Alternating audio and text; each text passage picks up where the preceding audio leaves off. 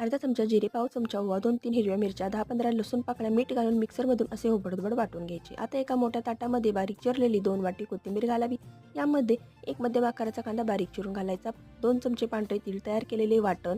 आता यामध्ये अर्धा चमचा धने पावडर, अर्धा चमचा जिरे आणि पाव चमचा हळद घालावी. चवीनुसार मीठ घालून व्यवस्थित अगोदर हे सर्व साहित्य हाताने अगोदर मिक्स करून घ्यायचे. नंतर यामध्ये 1.5 वाटी ज्वारीचे पीठ, पाव वाटी बेसन आणि 2 चमचे बारीक रवा घालायचा आणि पुन्हा एकदा हाताने हे अगोदर सर्व साहित्य व्यवस्थित मिक्स करून घ्यायचे.